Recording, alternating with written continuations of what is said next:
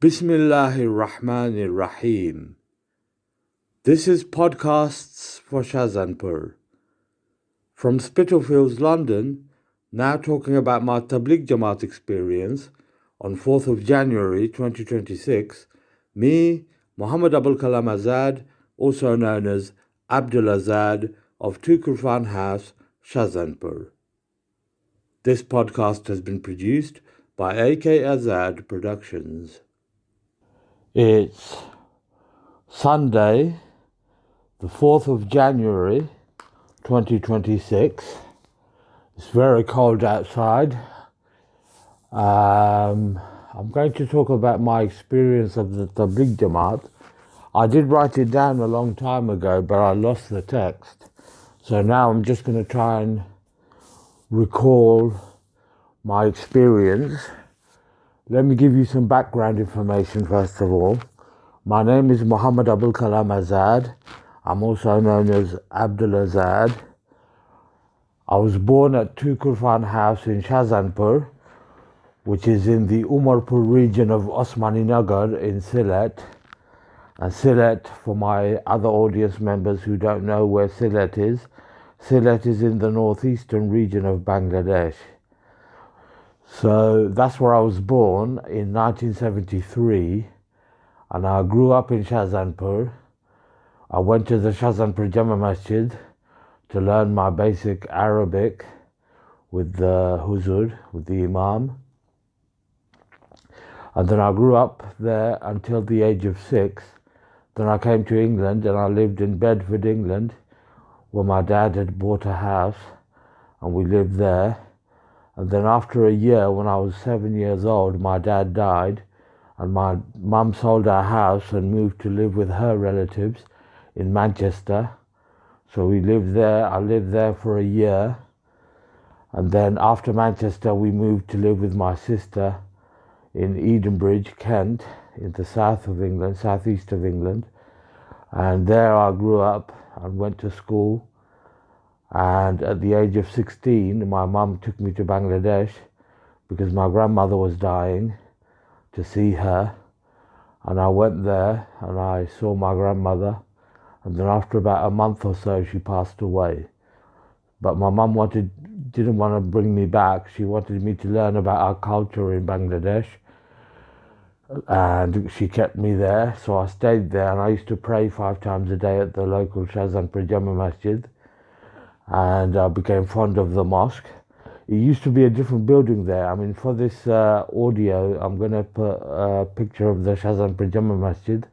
But the picture you're seeing is the picture of the mosque as it is now in 2026. Actually, no, the picture I'm going to use is from 2012. That's when I took the picture, when I went to Bangladesh with my family, and I took that picture. And that's what it used to look like in 2012. So that's the picture I'm using. But when I was there in the early 90s, it was a different building.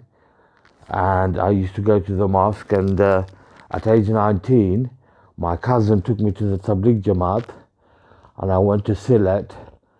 And in Kuzarkhola, in Sylhet, where there is a Markaz Masjid. And I went there and I spent a day. Then I spent 3 days. And then after that, I spent a chilla when I went to various parts of Bangladesh. I went to Kumilla, different areas of, I think it was Sanfur, Kumilla, and different areas of Dhaka Kakrail Mosque I went to. And then I went to Bogura, Jaipur Hat, and I went to various places there, 3 days in each place. And at the end of my chilla, it was a chilla course, a 40-day course. At the end of the chilla, I went to the Bisho Ijtema in Dhaka, where the Prime Minister of Bangladesh comes to join the final prayers. And after that, I came back to Shazanpur. And then every month after that, I would spend 3 days in different parts of Sylhet with the Tabligh Jamaat. And we used to host the Tabligh Jamaat as well. When they used to visit the Shazanpur Jama Masjid, we used to cook for them sometimes. We used to host them and assist them with their work. And that's how I became fond of and attached to the Tabligh Jamaat.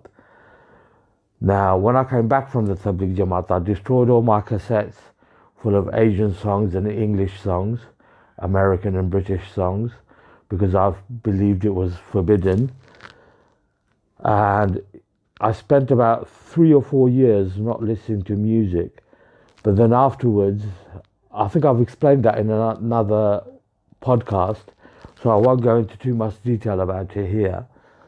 But that's one of those grey areas in Islam where our Muslim brothers have different opinions about music. I mean, it's a grey area. We don't know what Allah decides. I mean, what Allah will decide on the Day of Judgment. Will He accept music, or will He say, those of you who made music will go to hellfire? I don't know what He will judge on that day. But I'm sort of hoping that Allah will forgive everyone, all the children of Adam and Eve. I hope He will forgive all of us and grant us Jannah, heaven.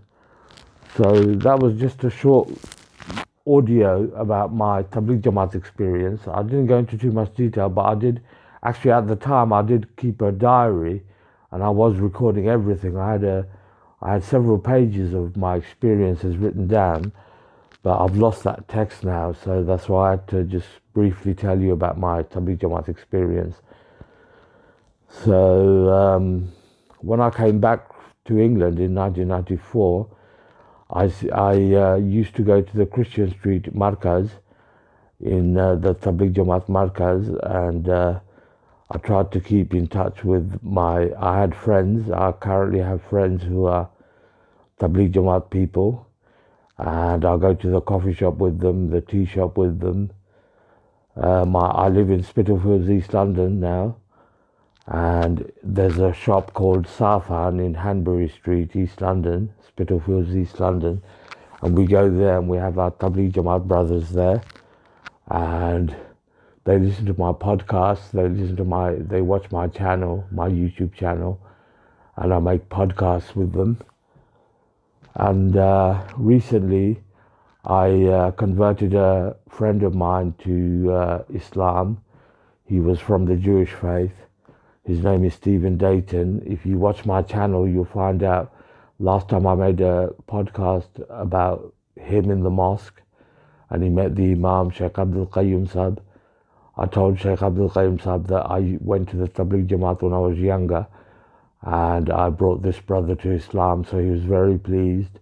He spoke to him for about 25 minutes and I made that podcast. So if you keep watching my channel and listening to the podcasts, you can find out about Stephen. You can see his picture. I put a picture of him there and myself, and that's what I'm doing at the moment. So I'll keep this short now. I'll end it now. Maybe I'll see you next time if I do another podcast. Take care, audience. God bless. Assalamu alaikum wa rahmatullahi wa barakatuh.